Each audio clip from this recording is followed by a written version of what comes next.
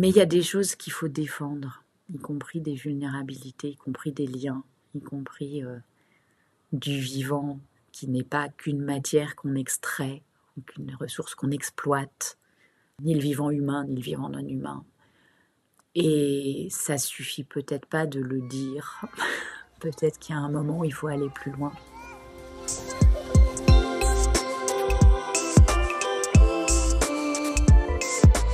En espérance. En espérance.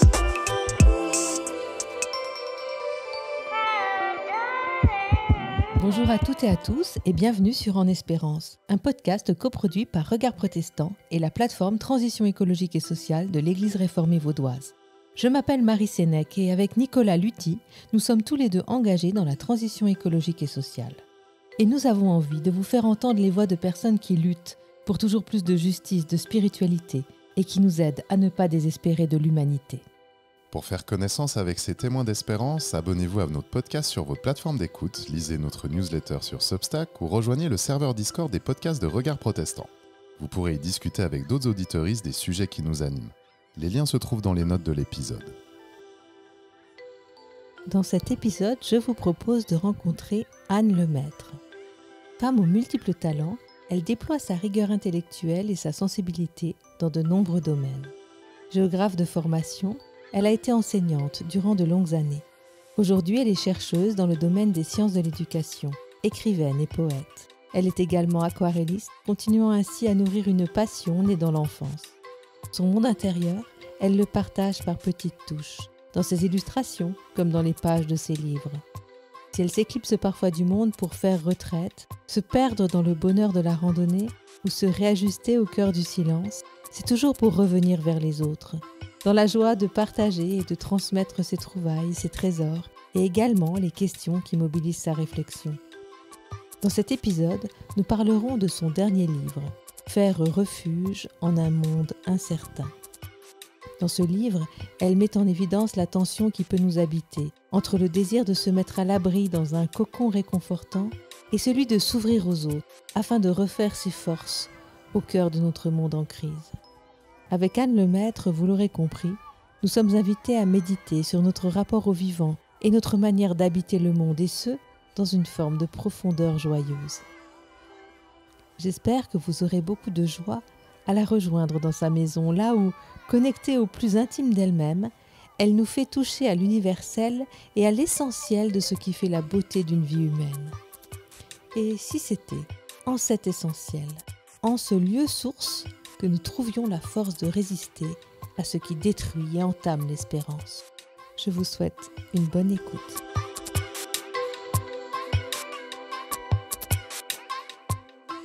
Bonjour Anne Lemaître.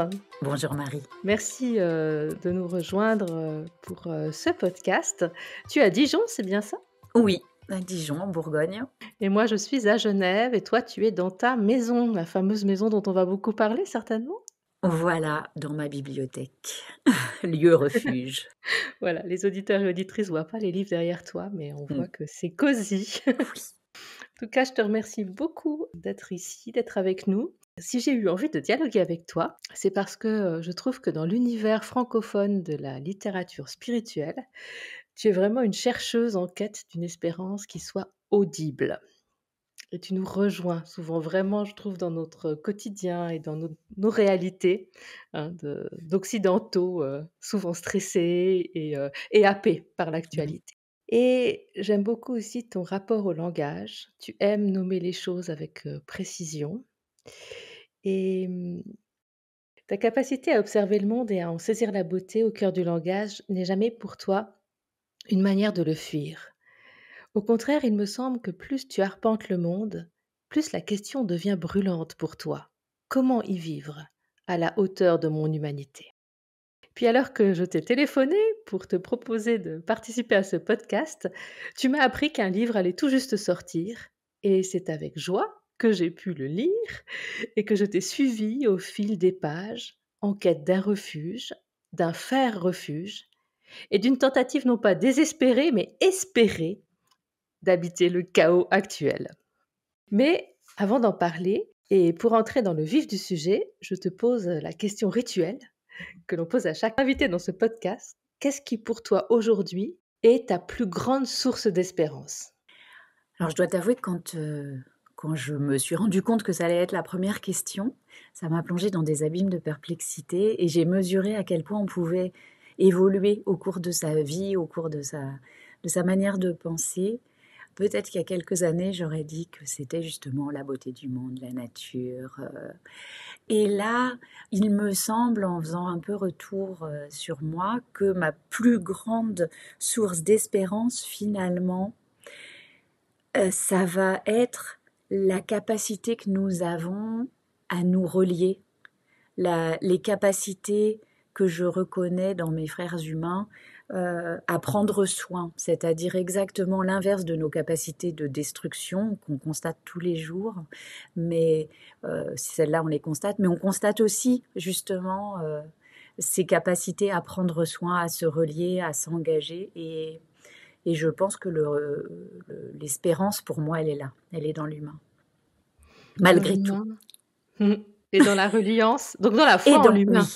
oui, dans la foi en l'humain, ouais. Et dans la foi, voilà, dans la foi que je peux avoir dans ses capacités à faire toujours relation et faire relation avec les autres et faire relation avec le monde et avec le vivant. Et c'est là qu'on retrouve la nature, justement. On n'est pas dans l'isolement, dans la chose qui vous serait extérieure et qui serait belle. Non, on est dans l'échange qu'on établit avec le monde ou avec la transcendance. C'est là-dessus que je fonde tous mes espoirs et toute mon espérance. Moi, j'aime bien parler du réseau visible et invisible qui nous Oui, porte, qui nous soutient. tout Et à qui, fait. voilà, qui fait qu'on ne se sent pas seul et que les moments de découragement font qu'on est comme rattrapé par cette toile qui est là et qui finalement est solide et on peut en éprouver la solidité. Oui, voilà, c'est aussi une appartenance, mais pas une appartenance au sens identitaire du terme, une appartenance au sens du contraire de la solitude. Et, ça fait partie de notre condition humaine et pouvoir l'habiter, c'est à la fois un devoir et une chance, je pense. Et c'est une thématique qui revient dans ton dernier livre dont on va parler maintenant. Mm. Heu, alors ton dernier livre, il s'intitule «Faire refuge dans un monde incertain». Quelle actualité! Je Oui, crois que tu l'as vraiment écrit, oui, au cœur de ce qui nous traverse et nous travaille en ce moment et comme j'ai déjà eu le privilège de te lire un peu, j'ai retrouvé l'amoureuse de la nature dans ce livre, oui. la marcheuse. J'ai retrouvé, celle qui s'arrache à son confort pour, s'immerger dans la forêt, pour, gravir un sommet, pour se sentir créature au cœur de la création. Là, tu le disais, cette reliance, hein, elle est Mm, vraiment présente chez toi, mm, cette sensation de reliance et cette mm. conscience et on pourrait parler d'une communion avec le vivant. Alors, pour celles et ceux qui ne te connaissent pas encore et qui n'auraient pas encore lu La sagesse de l'herbe que tu as publié en 2018, La sagesse de l'herbe, un si Oui. beau titre. Est-ce que tu pourrais revenir sur, ta relation à la nature et je voulais savoir si tu t'es toujours jetée avec autant de joie dans tes promenades et tes explorations? Il y a quelque chose comme ça d'un abandon ou d'un élan passionné? Et d'une joie, tu as raison. Mmh. La joie est un invariant, je crois, à force. Au bout de quelques années de vie, je peux le dire, c'est un invariant. Moi, je n'ai pas de souvenir d'avoir été coupée de la nature. D'aussi loin que je me souvienne, j'ai toujours, sans pouvoir vraiment l'expliquer, mais j'imagine que c'est en partie hérité d'ailleurs, hein, j'ai toujours l'impression d'avoir non pas vécu dehors, mais qu'il n'y avait pas tant de différence que ça entre le dehors et le dedans. Et qu'en tout cas, quand j'étais à l'extérieur, quand j'étais sous un arbre, quand j'étais dans un carré de pelouse ou quand j'étais au sommet d'une montagne, j'étais, j'allais dire tout autant chez moi, mais c'est pas exactement chez moi. J'étais en tout cas accueillie. Je me vis comme invitée permanente et accueillie en permanence dans la nature, comme partie intégrante. Et c'est aussi peut-être parce que alors que j'ai une manière de fonctionner qui est très intellectuelle par ailleurs. La nature, c'est le lieu du corps. Et voilà, mon corps, ma matérialité appartient à un tout dans lequel je me sens bien. Et du coup, j'y vais régulièrement. Je reçois de l'herbe, par exemple, la sagesse que j'ai l'impression qu'elle me prodigue éventuellement. Et par ailleurs, il n'y a pas de hasard, je suis géographe, c'est-à-dire j'ai fait de cette... sans y penser d'ailleurs, sans le conscientiser au départ, il m'a paru évident que les études qui me convenaient, c'était les études qui s'attachaient à lire, à expliciter et à traduire et à comprendre le monde dans sa matérialité physique. Ouais. Donc on pourrait aussi parler d'une douce familiarité avec la Oui, nature, dans le sens de famille. Tu disais, je suis oui, chez moi. c'est Voilà. ça. Ouais. Oui. Oui, et ça, je pense d'ailleurs que c'est hérité de ma famille et que on abordera sans doute la question de l'enfance à d'autres moments, mais qu'en tout cas, cette chose-là, c'est quelque chose que mes parents nous ont donné dès la petite enfance.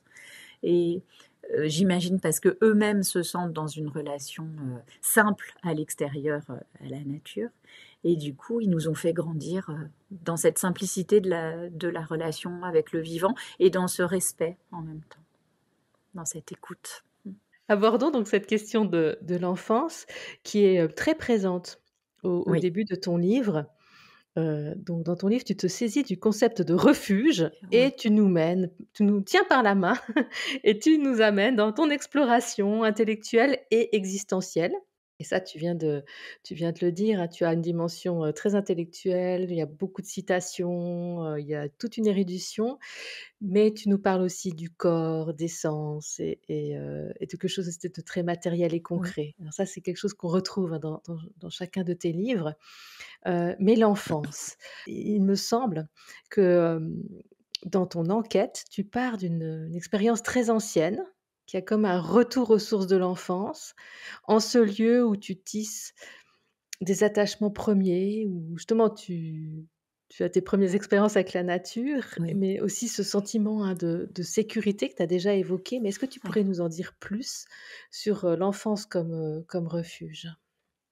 Tu disais, quand tu t'es saisi de la notion de refuge, moi j'ai l'impression presque que c'est cette notion qui m'a saisie et à partir de quoi il a bien fallu que j'en fasse quelque chose parce que j'ai été taraudée par cette question, comment trouver refuge qui est devenu comment faire refuge et très rapidement, j'ai identifié, j'ai reconnu dans ce besoin de se trouver à l'abri des souvenirs archaïques. On vient tous d'un ventre, on vient tous de bras, et on vient tous avec plus ou moins de bonheur, parce que certains ont moins de chance que d'autres de ce point de vue-là, on vient tous du souvenir d'avoir eu un lieu dans lequel on était en sécurité. Alors, on sait que quand ce n'est pas le cas, ça altère le futur de la vie, mais dans une enfance heureuse ou une enfance normale, je ne sais pas si c'est peut-être un peu maladroit de dire ça comme ça, on a cette expérience fondatrice de la sécurité parfaite, dont on ne sait pas qu'elle est un peu illusoire. Et c'est comme une espèce de... C'est comme l'image du paradis dans la Bible, ce lieu premier. Et je pense qu'il nous fonde et que on aura de cesse de le retrouver ou de le recréer. On n'y arrivera jamais. C'est comme le paradis terrestre, on n'y arrivera jamais et on essaiera toujours. Et dans les deux cas, c'est le chemin vert qui est intéressant. Donc cette enfance sécurisée par le corps de ma mère, par le corps de mon père, comme les petits animaux, elle me donne à la fois une nostalgie et elle me donne une force. Elle est ensuite un moteur pour avancer. Et de même que le récit des origines et du paradis terrestre peut nous donner une nostalgie et une force. Et très vite, justement, on parlait d'héritage, très vite, il me semble que mes parents nous ont permis, sans doute sans y penser, de manière naturelle, de glisser du corps à ces deux espaces merveilleux qui sont le jardin et la forêt. Le jardin de mon grand-père quand j'étais petite, avec ses roses, avec les bouquets de pâquerettes qu'on fait avec une toute petite tige pour offrir à sa maman, comme ça. Et puis la forêt dans laquelle on allait beaucoup, aux champignons, aux châtaignes, à tout ce qu'on peut ramasser et découvrir quand on vit à 60 cm du sol, parce qu'on est petit. Ces deux lieux ont été, par glissement naturel, sont devenus des lieux d'accueil et des lieux dans lesquels je me sentais et dans lesquels je me sens toujours en sécurité. Alors c'est normal pour le jardin, c'est peut-être un petit peu moins partagé pour la forêt, ça dépend des gens. J'ai jamais trop imaginé que dans la forêt il y avait des loups qui voulaient me manger. L'histoire du petit chaperon rouge ne t'a Ouais, pas non, traumatisée. non. Et quand tu parles comme ça, j'ai l'impression que tu passes du corps des parents au corps de la nature. Oui. Oui, et ça c'est vraiment quelque chose qui me frappe de plus en plus quand je réfléchis moi-même. C'est quand je te disais, la nature, c'est le lieu du corps, c'est le lieu de la sensation, c'est d'abord le lieu d'un rapport immédiat, d'un rapport non médiatisé. Et dans le livre auquel tu faisais allusion, La sagesse de l'herbe, il y avait déjà cette réflexion sur la nature requiert de l'effort. Si tu veux marcher, faut que tu marches, par exemple. Donc, ça convoque les muscles, ça convoque le souffle. Mais les muscles et le souffle sont aussi des lieux et des moyens d'incorporation de la nature en toi. Quand tu respires dans la forêt, tu mets dans tes poumons l'air qui a été respiré par les arbres et par toutes les petites bêtes. Et puis, je crois beaucoup à la porosité entre nous et le monde, et il est plus facile et plus heureux de se sentir poreux dans la forêt que dans le métro. Donc, je retourne plus souvent dans la forêt que dans le métro. Et moi, c'est plus agréable. Oui, Parfois, les deux sont bien. Hein. On aimerait pouvoir fermer les écoutilles parfois Oui. et pas être si sensible au monde qui nous entoure. Mais ce monde, il est bien présent.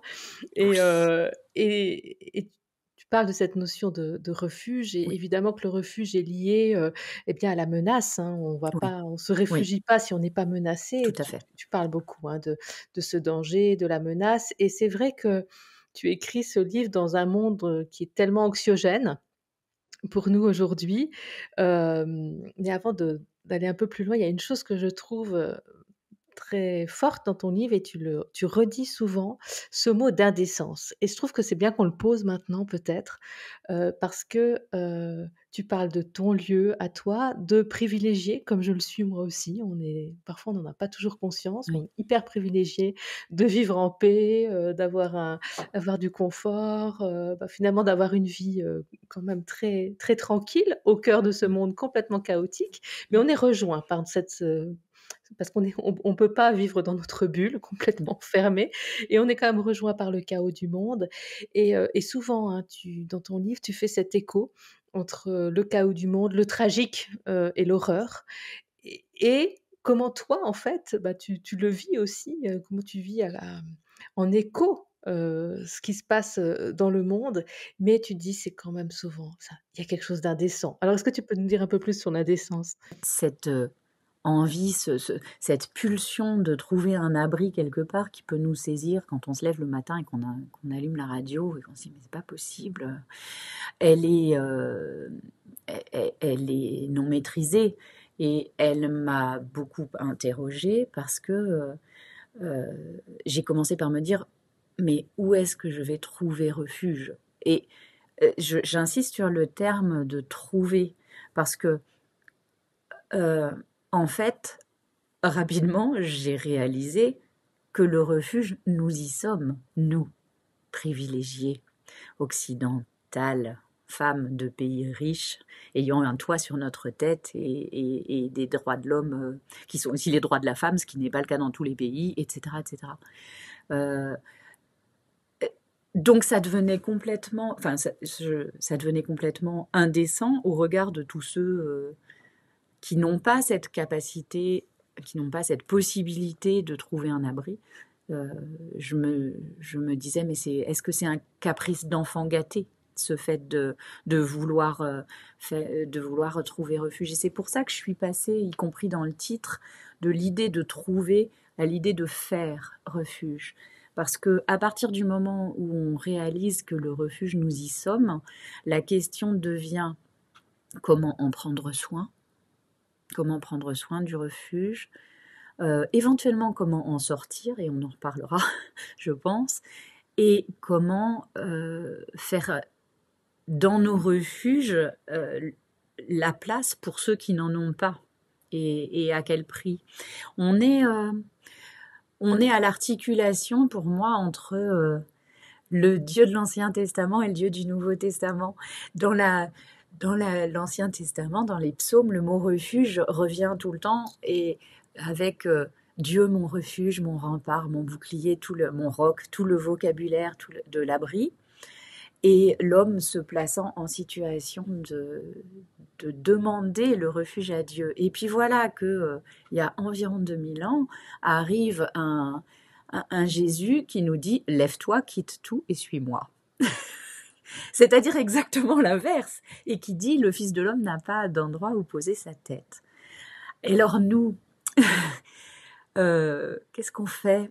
On cherche un refuge auprès de Dieu, ou on lâche tout pour suivre Dieu? Mais je pense que les deux mouvements cohabitent, et les deux mouvements sont à articuler, à équilibrer. Et c'est à partir de là que j'ai pu avancer dans la réflexion sur cette notion. Et puis peut-être aussi dire que cette notion de refuge, en fait, est moins une notion, entre guillemets, qu'une image.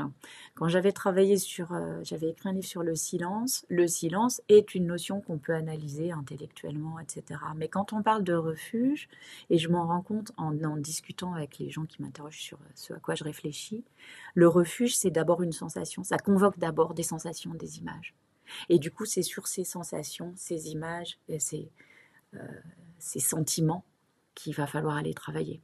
C'est vrai que tu nous donnes beaucoup d'images, et puis tu as, au niveau du vocabulaire, j'ai essayé de recenser tous les mots que tu emploies pour évoquer justement le refuge. Alors j'en ai certainement oublié, mais je vais quand même les citer, parce que comme ça permettra d'entrer dans l'univers de ton livre, puisque moi, tu explores toutes les manières de faire refuge, tous les refuges, et puis tu es aussi avec nous à la fois dans ce que tu as décrit, c'est-à-dire cette envie de faire refuge pour soi. Il y a quelque chose, voilà, on est menacé, on fait une crise d'éco-anxiété, et puis on se dit mais qu'est-ce que je fais?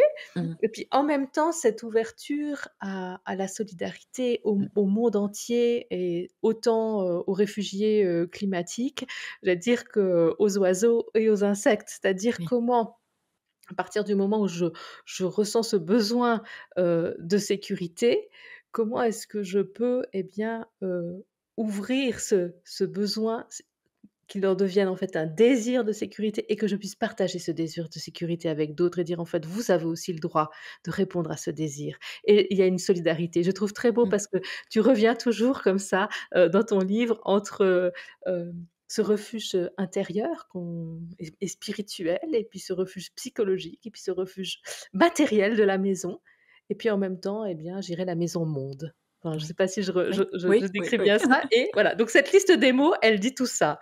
Alors, il y a le ventre maternel, la chaumière, la cabane, la maison, la maisonnette, la hutte, l'igloo, l'oasis, le fortin, la citadelle, le château fort, la tanière, le terrier, le camp, le bunker, le camp de réfugiés, l'abri, l'asile, la niche, le nid, la grotte, le gîte d'étape, le temple, le sanctuaire, et encore le refuge de l'ignorance ou de la fiction. Tout un monde, on ne pourra pas aborder tout ça, mais il y a 3 principaux types de refuges que tu vas analyser. Tu t'attardes sur 3 de ces refuges, 3 types de lieux que je te propose d'aborder maintenant. L'oasis, le refuge de montagne et le sanctuaire. Donc 3 lieux, 3 imaginaires et avec ces 3 refuges, tu convoques chez nous, des réflexions et des méditations, très profondes. Est-ce que tu veux nous en parler? Est-ce qu'on commence par l'oasis? Alors, c'est vrai que je ne sais pas si c'est perceptible pour l'auditeur, mais quand on écoute la liste que tu viens de dresser, que je trouve moi-même impressionnante, euh, tout fait image. Et c'était une manière de réfléchir, de creuser le sujet qui s'était imposé à moi, c'était d'aller creuser chacune de ces images pour voir ce qu'elles portaient, ce qu'elles suggéraient, ce qu'elles interdisaient. On voit bien que quand on parle de maisonnette, on ne parle pas de bunker, par exemple. On convoque des imaginaires différents et ces imaginaires, ils ont des choses à nous enseigner, des choses à nous proposer aussi. Et effectivement, l'oasis, le refuge de montagne et puis le sanctuaire m'ont paru résumer les 3 propositions positives, fécondes, fertiles que cette interrogation sur le refuge avait à nous apporter. L'oasis, je l'ai trouvé avec délice et de manière totalement fortuite chez Hannah Arendt, d'un philosophe, politologue qui a fait un jour une conférence à Berkeley devant des étudiants, il y a des étudiants qui ont de la chance, qui s'intitulait Les déserts et les oasis. Et elle développe, de manière beaucoup plus longue que je ne saurais le faire, et beaucoup plus brillante aussi, l'idée que le monde tel qu'il est un désert, qu'il convient d'affronter, qu'il convient de traverser, et elle parle d'endurer, notre capacité à endurer, et qu'il convient d'ensemencer. Et pour ensemencer le désert, elle préconise de veiller sur les oasis en veillant à ne pas faire entrer le désert dans nos oasis, et elle en distingue 4 ce que je trouve d'autant plus incroyable et respectable qu'elle-même se définissait comme athée. Donc ça met un peu... voilà, ça jette un regard particulier sur la manière dont elle dit qu'il existe 4 oasis de sens, pour traverser le désert du monde, qui sont l'oasis de l'art et du rapport à la beauté, au sensible, l'oasis des idées, le monde intellectuel, l'oasis de l'amour, au sens large, l'amour passion, mais aussi l'amour, l'amitié, l'affection, etc., les sentiments, et l'oasis de la foi, du rapport au transcendant, l'art, les idées, l'amour et la foi. Et je suis très bien, je peux dire que je suis complètement d'accord avec Hannah Arendt, ça lui fera sans doute plaisir. Ça lui ferait sans doute plaisir. Ce sont des lieux où on ne peut se tenir que seul et où on fait provision de sens. Voilà, l'oasis comme lieu où on fait provision de sens, où on se nourrit, où on parlait de la force qu'il faut acquérir pour pouvoir traverser les choses. L'art, la pensée, l'amour et la foi sont 4 modalités du faire force et du donner sens. Donc, veiller sur nos oasis, voilà. Et il y a quelque chose qui est très beau, tu écris, parce que tu parles de l'escargot, il y a aussi, j'ai oublié la coquille de l'escargot dans ma liste. Tu dis ceci: l'art, la littérature et la contemplation sont le calcaire dont j'ai tissé ma coquille d'escargot, ma coquille de sens. Ils sont ma chambre de philosophe, mon oasis au milieu du désert. Ils sont l'asile que j'emporte partout avec moi. Il va de soi que ce refuge auprès duquel on soupire, c'est mieux si, comme la coquille de l'escargot, on peut l'emporter partout avec soi, parce que s'il s'agit d'investir dans la pierre, ça s'appelle pas un refuge, ça s'appelle de l'immobilier, c'est pas la même chose. Et j'ai beaucoup plus confiance dans mes souvenirs littéraires ou dans ma capacité d'émerveillement que dans la solidité des murs de ma maison, même si par ailleurs j'aime beaucoup ma maison. Voilà, il faut investir dans des choses qui durent, l'art, les idées, les sentiments, la foi sont des choses qui, a priori, sont assez difficiles à aliéner quand même, me semble-t-il. Et alors ça, c'est pour la partie la plus intérieure de soi-même, hein. C'est celle qu'on ne rejoint que dans le silence, dont j'avais parlé dans un livre précédent. C'est le refuge de notre monde intime. Et la plus belle découverte peut-être de ce chemin de réflexion que j'ai parcouru dans ce livre, c'est celui de l'image du refuge de montagne. C'est amusant parce que dans tous les types d'abris que tu as énumérés tout à l'heure, le refuge de montagne, c'est un des seuls qui s'appelle réellement refuge. Autant on peut parler de château, de terrier, de bunker, etc., et quitter le vocable du refuge, autant le refuge de montagne, lui, assume le terme même de refuge, et il ne m'est pas apparu tout de suite. Or, qu'est-ce que c'est le refuge de montagne? C'est exactement l'inverse du bunker. Parce que c'est l'endroit, j'ai fait pas mal de montagnes, c'est l'endroit où on se rend pour pouvoir partir à l'assaut du sommet. Donc c'est le lieu de préservation de la force pour le combat, au sens le plus large du terme, pour le défi. Et c'est un lieu qui est toujours ouvert, et qui est ouvert à tous. C'est un lieu qui n'est ni privé, ni excluant, a priori. Tous les montagnards savent que s'il y a 10 lits et qu'on y 12, on dormira à 12 dans 10 lits, et puis on se serrera, c'est tout. On ne ferme pas la porte d'un refuge de montagne. Et c'est un lieu qui propose, et j'ai tellement aimé découvrir ça, qui nous propose une figure magnifique, qui est la figure du gardien. Parce que peut-être, puisque à la fois nous cherchons des refuges et à la fois nous sommes déjà dans le refuge, peut-être qu'on peut emprunter un peu à cette personne qui se tient au plus près de la pente et qui garde la porte ouverte et le feu allumé. Et j'aimerais pouvoir faire un peu mienne cette image du gardien, de la gardienne de refuge.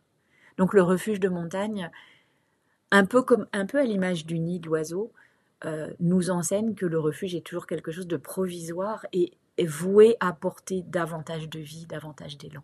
Tu parles beaucoup du fait que le refuge est justement transitoire et Oui, que c'est ce qui va nous permettre d'aller dans la vie, de se risquer à nouveau, d'avoir oui, l'audace de vivre. oui, Mais revenons un tout petit peu pour cette image du refuge de montagne. En effet, c'est quelque chose de saisissant dans ton livre et qui est très, très inspirant. Mais l'expérience d'être avec ces personnes, de pas se laver en fait, voilà, de faire avec tellement peu, il y a vraiment oui, aussi la frugalité, la sobriété et c'est comme si on se retrouvait alors il y a la question du corps là qui est très forte, hein, bien on sûr. retrouve une forme d'animalité quoi, enfin on n'est Une fois de plus, plus. voilà, Oui, on est là, tel qu'on est, on laisse tomber le masque des apparences et puis comme tu dis, oui, on se prépare à l'épreuve donc on est vraiment, sur l'essentiel, il y a pas de force à perdre, et je trouve ça, c'est très puissant comme image et comme imaginaire de dire que quand on fait refuge ensemble, il y a quelque chose qui nous oblige à lâcher, à nous oui, dépouiller. oui. On dépouille, c'est la vie sans gel douche, hein, ça c'est, on dépouille tellement de couches de confort, auxquelles on s'est habitué de manière somme toute assez récente, et on découvre que sans ce confort, non seulement on est encore humain, mais on est encore plus humain d'une certaine façon, et pas seulement parce qu'on ne sait pas laver, parce que ça c'est effectivement, moi j'aime bien me laver le reste du temps, hein, mais parce que l'essentiel n'est pas là, l'essentiel il est dans le lien, il est dans le repos par exemple. En revanche, le sommeil c'est important, c'est plus important que la douche avant de monter la pente. Euh, le, on renoue aussi effectivement avec notre corporéité, avec le fait que nous sommes d'abord un corps et nous sommes d'abord des corps ensemble. Des corps qui, s'ils sont ensemble, vont pouvoir se tenir chaud, par exemple, qui vont partager la nourriture, qui vont affronter la nuit. Souvent, quand on part en montagne, on part alors qu'il fait encore nuit, de façon à avoir de la glace qui soit bien froide, éviter les avalanches.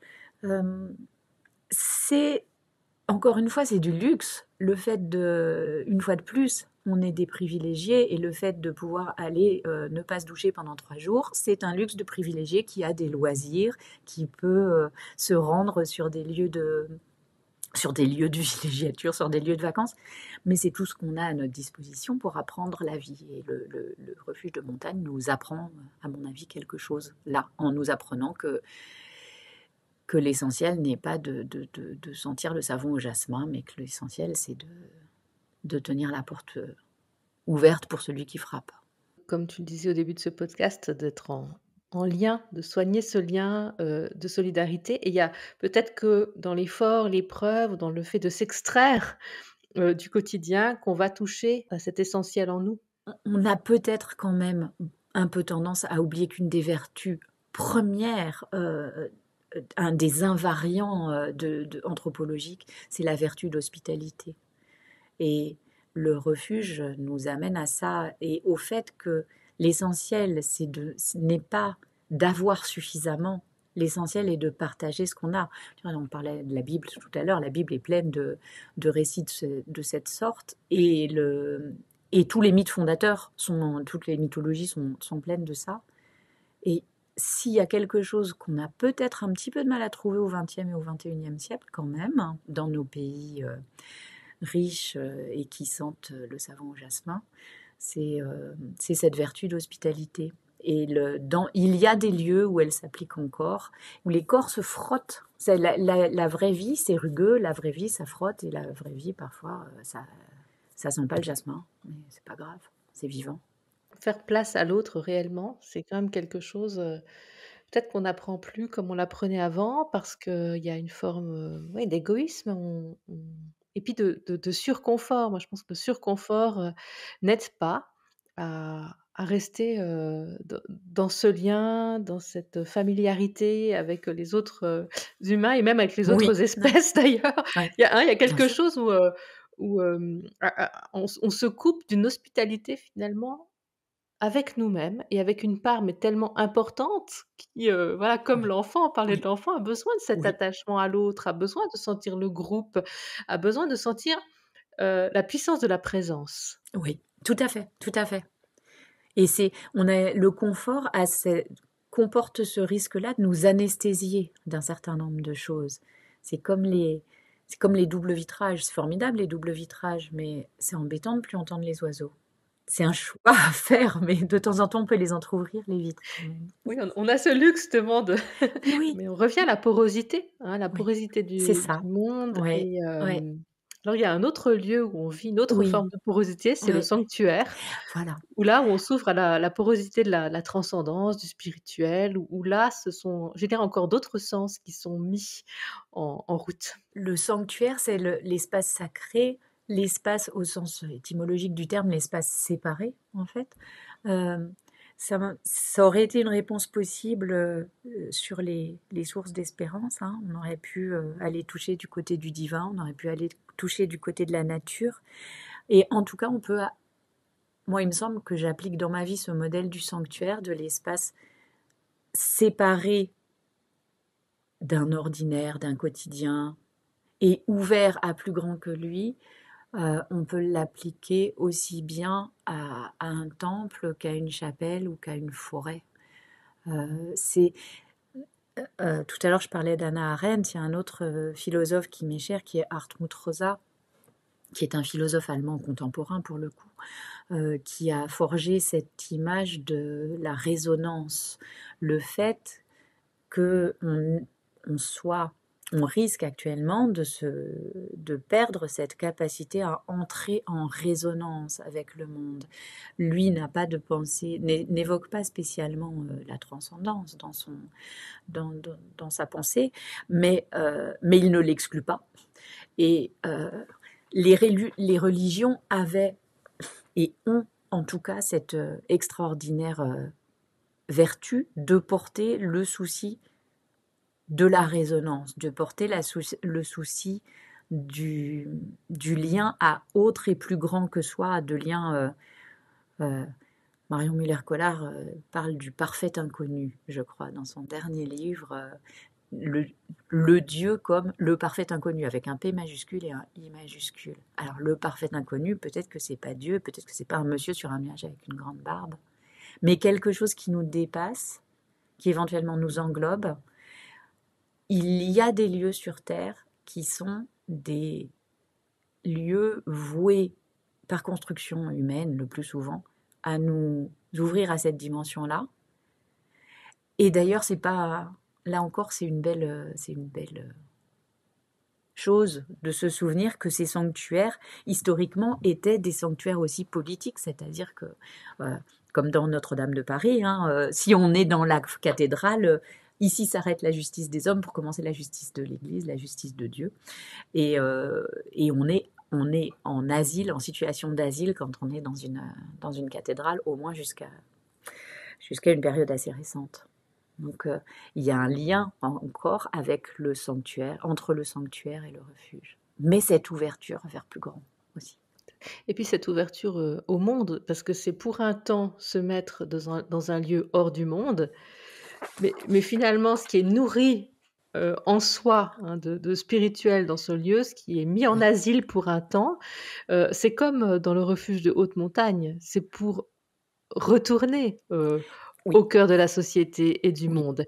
Et ça, je trouve que c'est important parce que tu le redis souvent. C'est pas le but, le refuge. Le refuge, c'est l'étape. Tout à fait. Et c'était une des choses qui m'interrogeait et qui m'inquiétait dans mon désir de refuge qui m'a mis en route vers ce livre, c'est que dans la notion de refuge, il y a la notion de fuite, il y a la même racine étymologique. Et comment, on aurait pu intituler de manière extrêmement peu élégante ce livre, comment éviter de fuir dans nos refuges, enfin, comment ne pas faire de nos envies de refuge, des envies de fuite. Et tout à l'heure, tu parlais de l'indécence, donc on est bien d'accord sur le fait que pour nous, privilégier ce fait même d'avoir un besoin de refuge paraît indécent par rapport aux conditions que vivent certaines personnes. En revanche, il nous ouvre à quelque chose d'humain, de partagé par tous, qui est le besoin de refuge. Et peut-être qu'on peut quand même se dire qu'en vivant cet éperdu désir de fuite qu'il va falloir combattre et qu'il va falloir transformer, on est davantage relié, on est davantage en résonance avec des gens qui ont de vraies raisons de chercher un vrai abri, un vrai refuge, parce que la guerre, parce que la haine, parce que la bêtise humaine, parce que la violence, etc. Et quel est ton sanctuaire finalement? Où est-ce que tu vas retrouver des forces spirituelles au cœur de ce monde? Parce que je pense que c'est une question qu'on se pose toutes et tous en ce moment.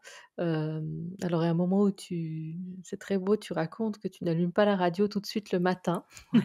Tu prends quand même le temps d'être avec toi et de te réaccorder à ton monde afin de trouver la force d'être face à ce qui se déroule sous nos yeux et dans nos oreilles en ce moment. Mais je pense que c'est quelque chose qui nous travaille toutes et tous en ce moment. Comment garder le goût de vivre, et tu parlais de la joie, comment oser rester joyeux au cœur de ce monde, comment ne pas se laisser, moi j'aime beaucoup ce terme, entamer Ouais. hem, par la violence actuelle. J'aurais tendance à dire que entamer, on l'est quand même forcément un peu. Ensuite, le sanctuaire, comme le refuge de montagne, peut être le lieu d'une certaine réparation, jour après jour, un lieu de cicatrisation, un lieu où on met un peu de baume sur les plaies. Mon sanctuaire le plus efficace, le plus efficient, le plus agissant dans ma vie, c'est effectivement l'obligation que je me suis faite de garder des temps de silence, des temps de tranquillité, des temps aussi courts soient-ils, parce qu'on a des vies quand même très chargées, des temps qui ne sont pas des temps où je réponds à 18 000 sollicitations, de façon à... C'est c'est des lieux d'ajustement intérieur. On pourrait penser quand on dit ça que c'est un ajustement personnel et que c'est quelque chose d'égoïste, mais en fait c'est au reste qu'on s'ajuste, hein. C'est au monde, c'est au vivant, c'est à ce que les autres vont attendre de nous et qu'on va accepter ou qu'on ne va pas accepter. Euh, euh, Comme pour le refuge de montagne, le lieu où tous les matins on va mettre un pullover, remplir sa gourde, vérifier la corde, ajuster les crampons. Avant de partir, il faut tout ce temps de la préparation et pour moi, c'est pratiquement tous les matins, en fait. Et ensuite, il y a d'autres lieux. Je suis une familière des monastères. J'essaye de faire 1 ou 2 séjours par an. Et alors là, bien que ce ne soit pas forcément très confortable d'ailleurs, parce qu'il y a des choses qui arrivent, ça sera un autre sujet. C'est-à-dire quand on est confronté à soi-même, ce n'est pas forcément c'est pas forcément le bonheur absolu, ça décape. Mais c'est des lieux où je trouve des ressources. Et puis le contact avec la nature, même si parfois ce qui lui arrive me fait terriblement peur, hein. Donc c'est peut-être moins... J'ai perdu mon regard naïf, mon regard d'enfance sur la nature, parce que quand j'entends les oiseaux, j'ai un peu tendance à entendre aussi ce qu'on n'entend plus, à percevoir le silence, hein, de ce qu'on n'entend plus.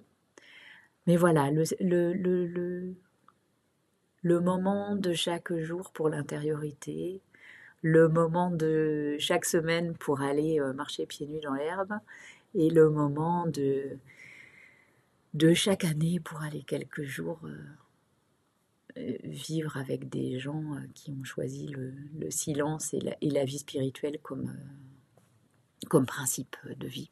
Ça fait 3 très belles manières de faire refuge. Merci de ce partage.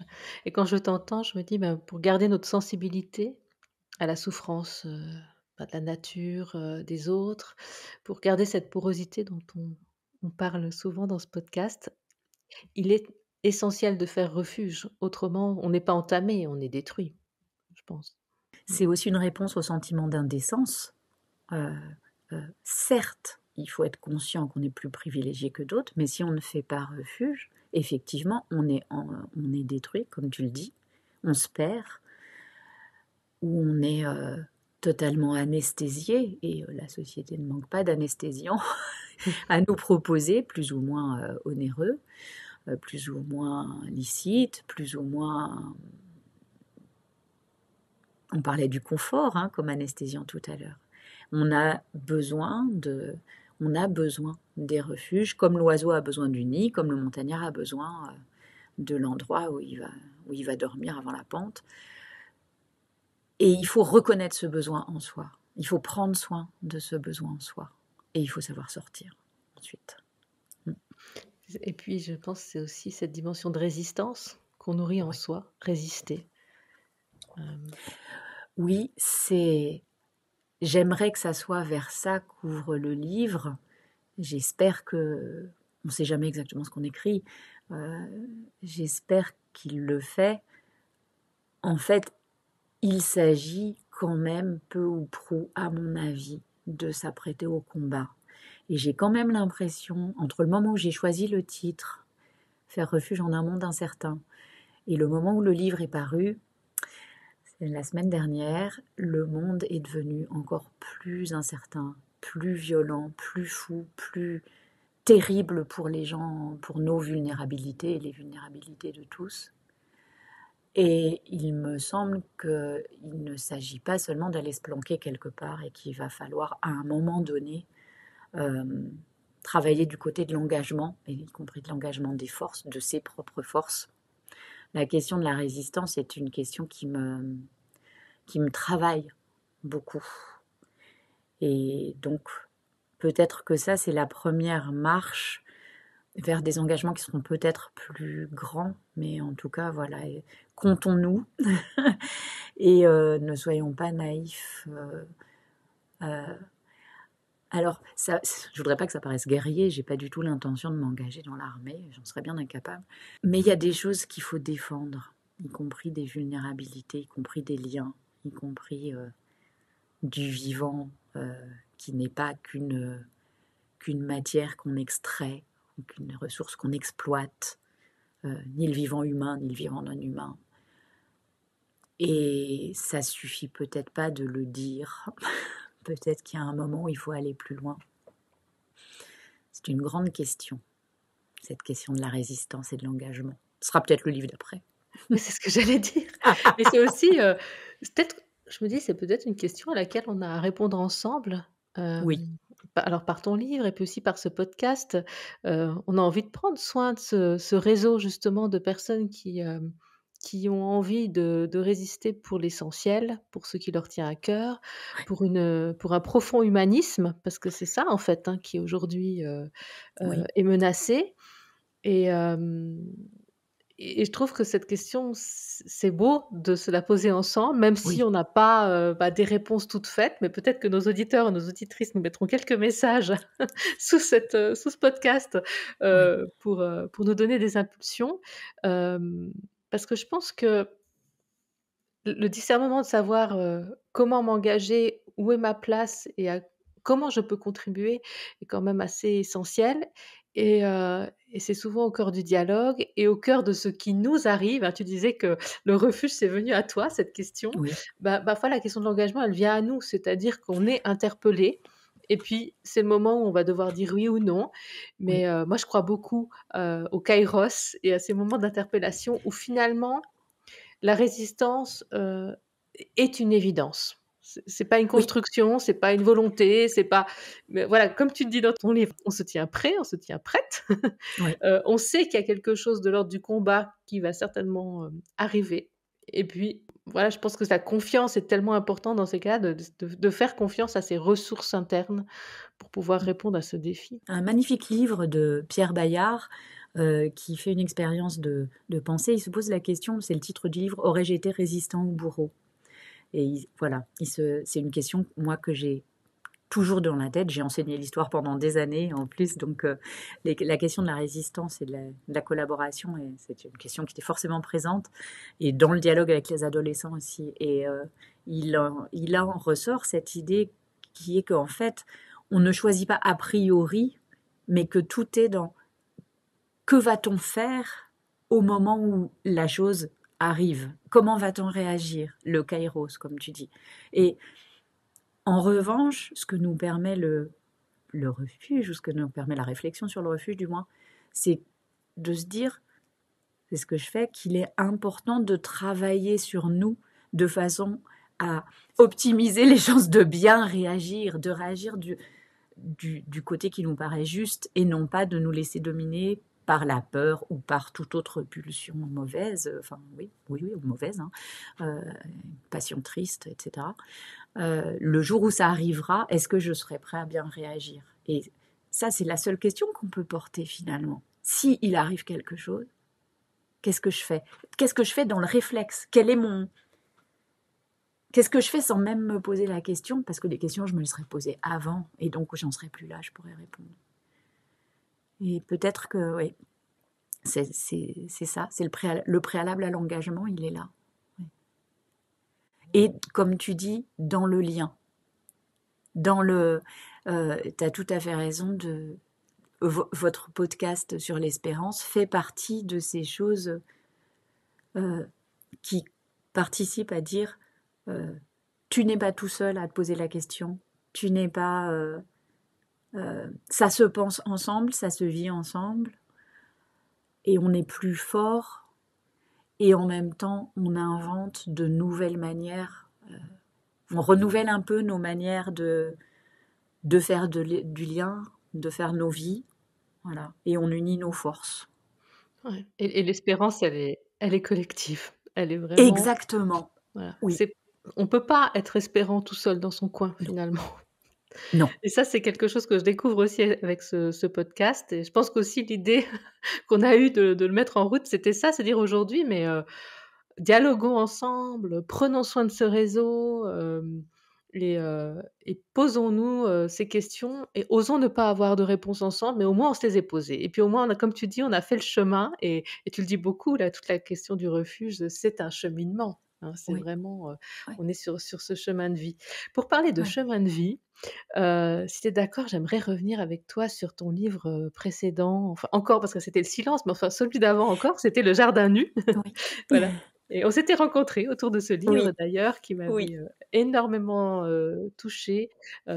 Merveilleux, petit livre parce qu'il est petit en taille et il est court, mais grand livre, dans ce que tu racontes, ce que tu livres de toi avec, beaucoup de pudeur, de poésie, mais qui a vraiment une dimension, spirituelle. On approche de Pâques là aujourd'hui alors qu'on est en train de d'enregistrer ce podcast, et tu nous racontes vraiment un récit de résurrection personnelle, en tout cas Mmh. de Mmh. réparation, Tout à fait. de reconstruction. Est-ce que tu pourrais nous en dire juste un peu plus, de Oui. ton lien à ta maison qui est un personnage de ton dernier livre, hein, vraiment aussi toujours, Mais aussi, oui. ton jardin, parce qu'en fait ils sont tout à fait liés, tu vois? Intérieur et extérieur sont tout à fait liés. Est-ce que tu pourrais revenir sur un petit peu sur le jardin nu? Dans ce livre Le Jardin nu, qui est paru il y a 2 ans chez Bayard, je racontais, en espérant ne pas être trop dans l'étalage sentimental, je racontais de quelle manière, euh, à la mort de mon compagnon, j'avais été saisie par une urgence qui me dépassait un petit peu. D'une part, de quitter les lieux dans lesquels on avait traversé ces années de maladie qui étaient extrêmement lourdes à porter. Et j'avais une envie à la fois de partir et de m'enterrer. Et j'ai rencontré une petite maison qui est devenue l'héroïne, et une petite maison plantée au milieu d'un jardin, qui est devenue l'héroïne du livre et qui est devenue beaucoup plus que ce que je pensais en faire. Là, vraiment, je cherchais un refuge au sens du terrier. J'avais envie de m'enfuir, j'avais envie peut-être de m'enterrer, parce que quand la mort vous touche, euh, il n'y avait pas seulement mon compagnon qui était mort, il y avait la relation entre nous qui était mort. Et ça, pour moi, je trouve que il y a 2 deuils à porter. Euh, euh, le deuil de la personne et le deuil de la relation qu'on avait avec lui tel qu'il était, et peut-être même un troisième deuil, qui serait le deuil de la personne qu'on était pour lui. Donc et tout ceci, ça paraissait totalement insurmontable. Donc j'avais l'impression d'être beaucoup plus du côté de la mort que du côté de la vie. Donc il fallait être tranquille dans une petite maison avec jardin.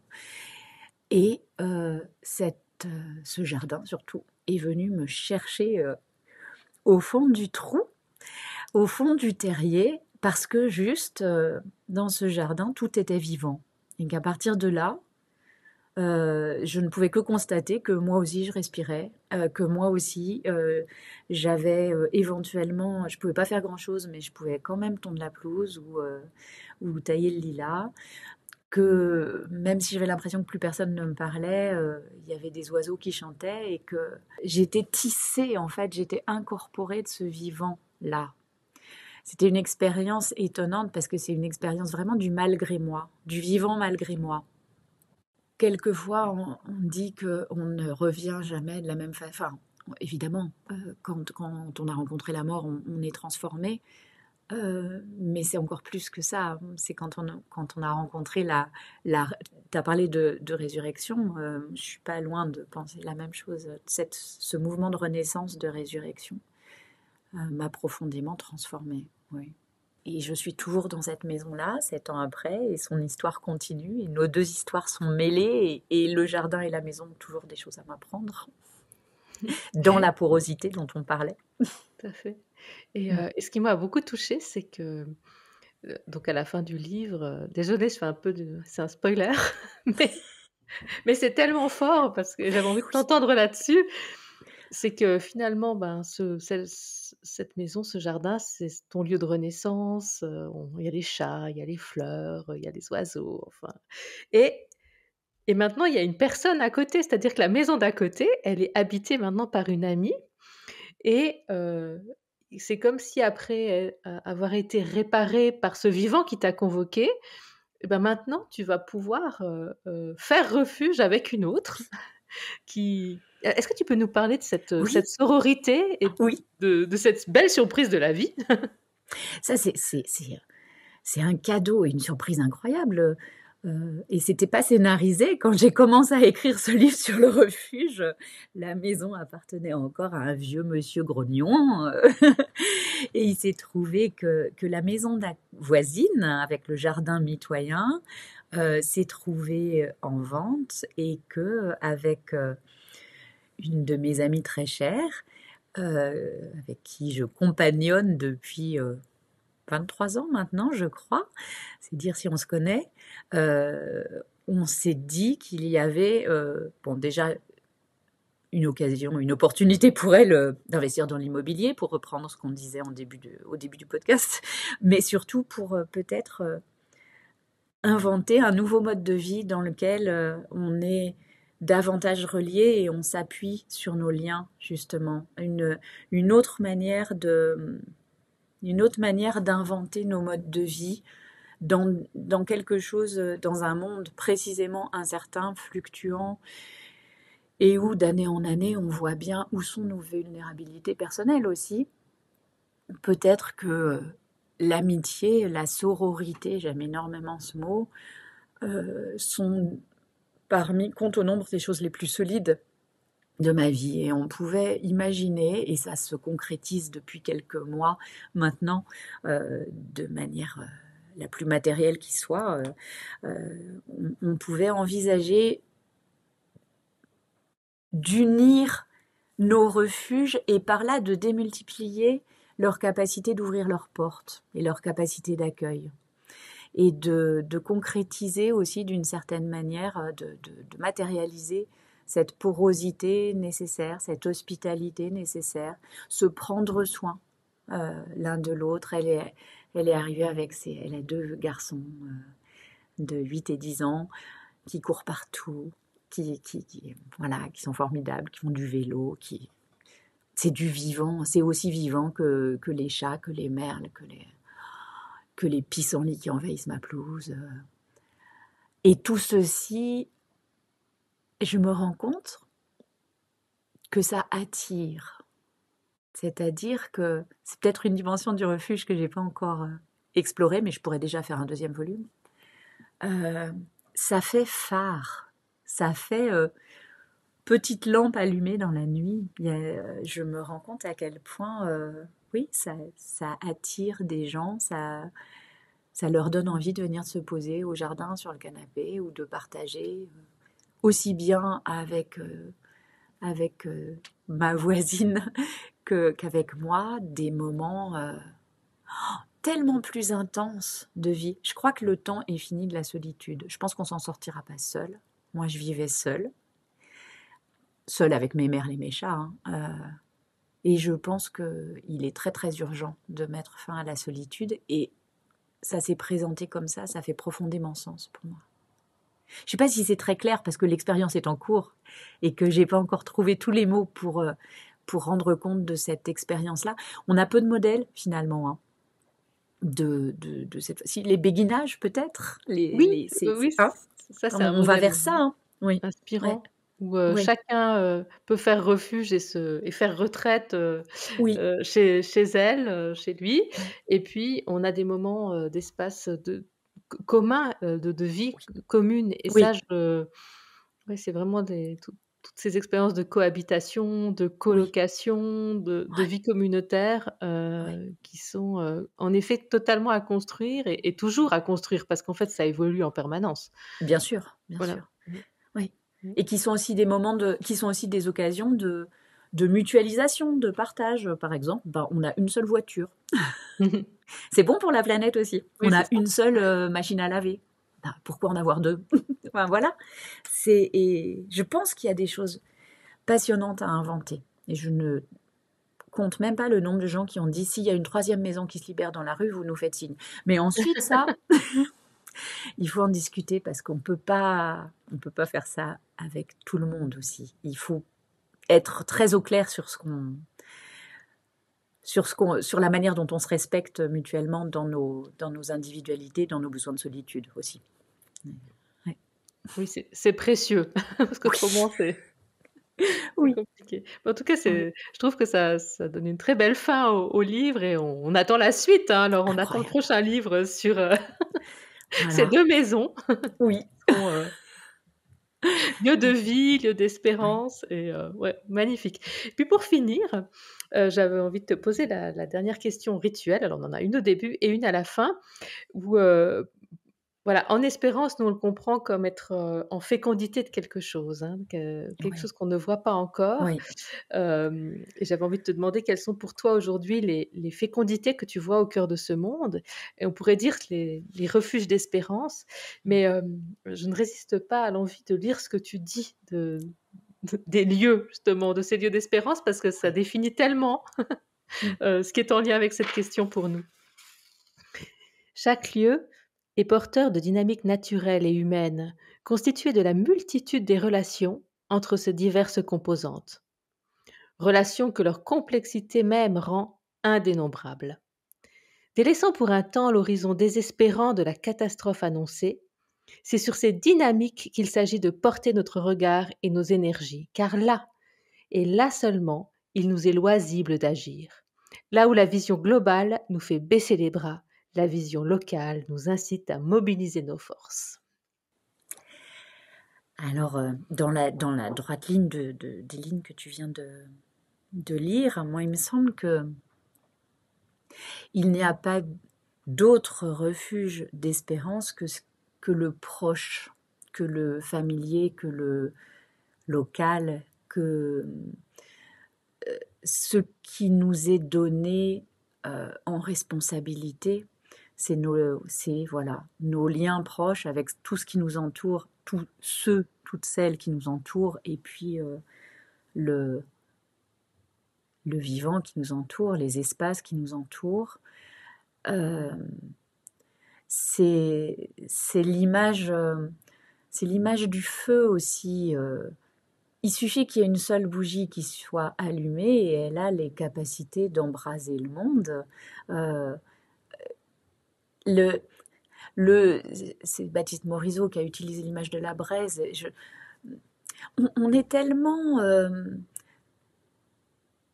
assommé par l'idée que le monde est une suite de données, de chiffres, de statistiques, de combien d'espèces existent encore, combien d'espèces ont disparu. Enfin, la vie se réduit très facilement. Enfin, le réel a tendance à faire semblant de se réduire à des tableaux Excel. C'est pas du tout comme ça que ça marche. Et autant on ne peut pas avoir, je ne peux pas en tout cas avoir d'influence sur le destin du monde, me semble-t-il. Je pense que je ne peux rien ni contre la bêtise, ni contre la haine, ni contre la guerre, ni contre les tsunamis, ni contre le frelon asiatique, ni contre le moustique tigre, ni contre Donald Trump. En revanche, je peux à chaque moment de mon existence prendre soin de ce qui se passe dans mon périmètre proche. Et les lieux d'espérance, c'est vraiment là. Et il suffit ensuite que dans les périmètres proches de chacun aient été préservées des choses, la flamme d'une bougie ou une hirondelle rustique, pour que ensuite ça ait la capacité de réensemencer, au sens de l'oasis d'Arendt, hein, de réensemencer le désert. Donc moi, mes refuges d'espérance, c'est le tout proche, mais au sens où on en est responsable comme jamais. Il ne faut pas rire avec ça, dit-elle en riant. Mais merci à toi, la catholique, de me rappeler à ma responsabilité protestante. Et- Voilà. Non, mais c'est vrai que cette notion, Oui. c'est tellement important et souvent elle est pesante parce Oui. que oui, parce que c'est grave en fait, ce qui nous Oui. arrive. Ouais. Mais il y a aussi une responsabilité joyeuse. C'est peut-être pas pour rien que tu ris aussi, parce que c'est vivant d'être responsable. C'est Oui. quand on empoigne vraiment sa responsabilité à sa mesure, il y a quelque chose de joyeux et on a l'impression de contribuer un peu, un tout petit peu, à la marche du monde ou en tout cas à sauvegarder quelque chose Oui. de la beauté de ce monde. Éveillons sur la joie. Hein? Il y a un merveilleux texte qui s'appelle « Vous n'aurez pas ma haine ». Et je pense qu'on peut dire aussi « Vous n'aurez pas ma joie ». Et voilà. Et tu sais combien pour moi c'est aussi tellement important, cette joie qui résiste à tout. Exactement, Et exactement. cette joie qu'on ne peut pas nous prendre et qui a fait refuge au cœur de nous. C'est ça. Mais merci, c'est une vraie joie de t'avoir entendu et d'avoir vécu ce moment de partage avec toi. On est totalement partagé. Et puis je te souhaite le meilleur dans cette nouvelle expérience et j'attends le prochain livre, Les deux maisons. Donc. Voilà, Voilà, histoire à suivre. à suivre.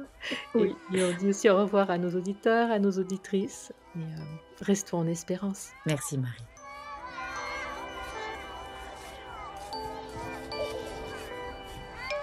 Ce podcast est une coproduction de la plateforme Transition écologique et sociale de l'Église réformée vaudoise et de Regard Protestant.